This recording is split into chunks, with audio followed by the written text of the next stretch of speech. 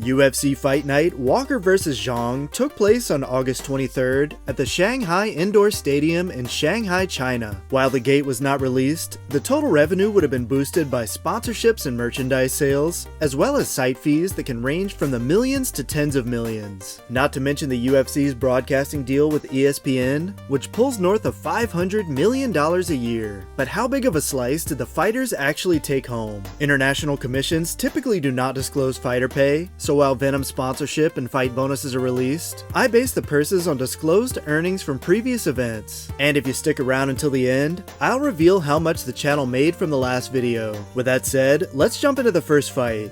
Every fighter that's under contract, if you want to tell the media what you're paid, that's up to you.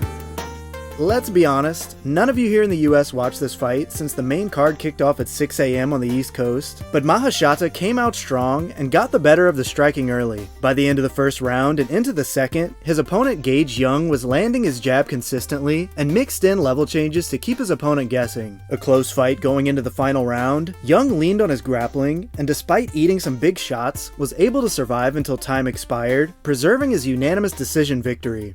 Maheshate earned around $29,000 to show and $6,000 in Venom sponsorship, also known as Fight Week incentive, for a total of $35,000.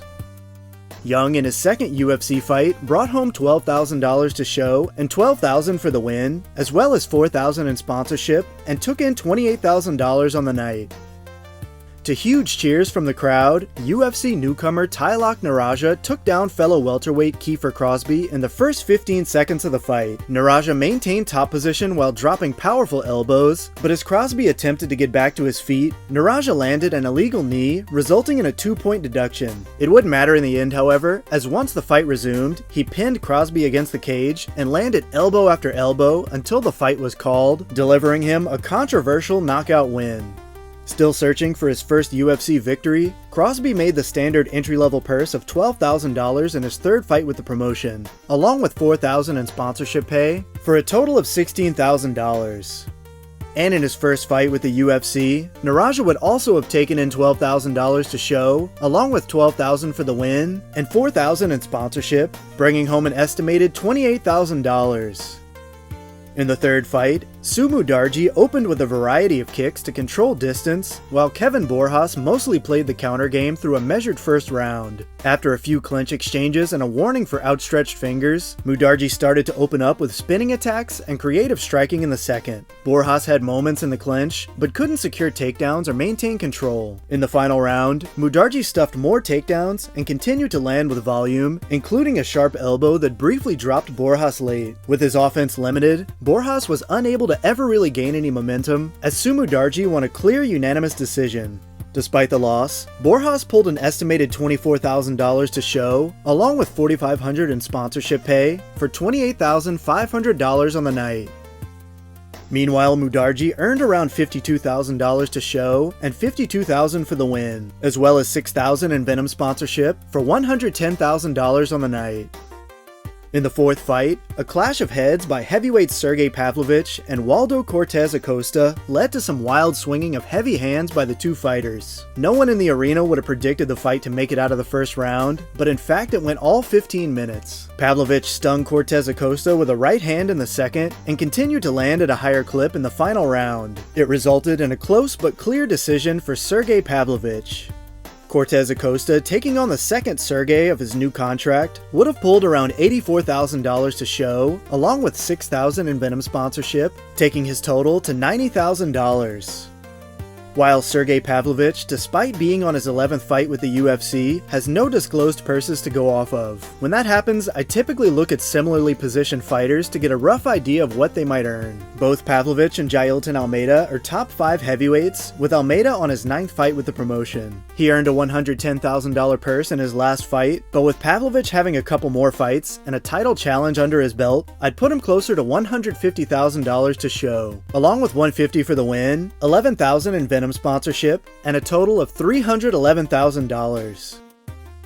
Leading up to the featherweight co-main event, Brian Ortega had major weight cutting issues, which resulted in the fight being held at a 153-pound catchweight. He looked completely drained at the weigh-ins, and it may have contributed to his lackluster performance. In contrast, Aljamain Sterling looked sharp with his leg kicks and effective striking. The fight primarily stayed on the feet, apart from a couple minutes in the 4th and 5th rounds. Needing a finish, Ortega brought the aggression in the final minutes, but couldn't land the knockout blow. Sterling would take the 50-45 unanimous decision victory.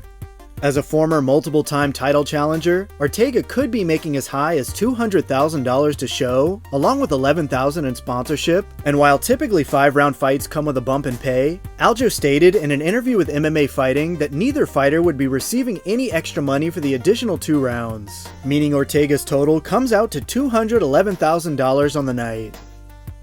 While Sterling is most likely a step above the standard show win on the pay scale. If we take a look at what Henry Cejudo stated that he made in his last fight, I think we can get an idea where Aljo lands. They're in similar positions in their careers, both long-reigning champions, but not necessarily the biggest draws. Cejudo made $350,000 to show and $150,000 to win headlining UFC Seattle, so since Sterling is the co-main here rather than the main event, it makes sense he wouldn't be earning quite as much. I'd estimate between $200,000 and $300,000 to show, and another $100,000 to $200,000 for the win, along with the maximum non-championship $21,000 in Venom sponsorship for an estimated $421,000. Only 7% of the people watching this video are subscribers, so if you're enjoying the content and want to keep up with all the latest videos, take a moment to hit the like button and subscribe to the channel. And the main event started with an errant takedown attempt by light heavyweight Johnny Walker, who immediately ended up underneath his opponent Zhang Mingyang. Back on the feet, Zhang had success in the striking, pressuring Walker against the cage and forcing constant movement. In the second, the leg kicks Walker had been planting paid dividends, as after one cracking kick landed, Mingyang crumpled to the canvas and Walker pounced. He unloaded punches and hammer fist as Mingyang shelled up against the cage. Mark Goddard gave him every opportunity, but in the end, the fight was stopped and Johnny Walker stunned the crowd with a knockout win. Mingyang, on just his 4th fight with the UFC and already at the top of the card, is likely on the 1st or 2nd fight of his 2nd contract, which at the higher end would have him around $38,000 to show, as well as his 5-round bonus, which in the past I've incorrectly interpreted as being a 25% bump in purse, but according to John Nash, is actually just a flat $25,000, along with $4,500 in sponsorship pay, putting him over $67,000. Though when fighters start getting opportunities against Anthony Smith and headlining events in their home country, you can bet they're likely making more than their contracted rate. And potentially 2 contracts removed from a $90,000 purse 2 years ago when he co-main evented UFC Charlotte, Johnny Walker would now be earning a projected $150,000 to show, as well as $150,000 for the win, and he'd also get the standard 5-round bonus, along with $11,000 in sponsorship, and a $50,000 performance of the night bonus, for a total of $386,000 on the night. And last but not least, my video on UFC 319 got over 25,000 views as of this recording, translating to $95.71. Corrections to the numbers I've shown will be listed in a pinned comment below. That's all for this episode. As always, thanks for watching. See you in 2 weeks for UFC Fight Night, Imavov vs. Bahalyo.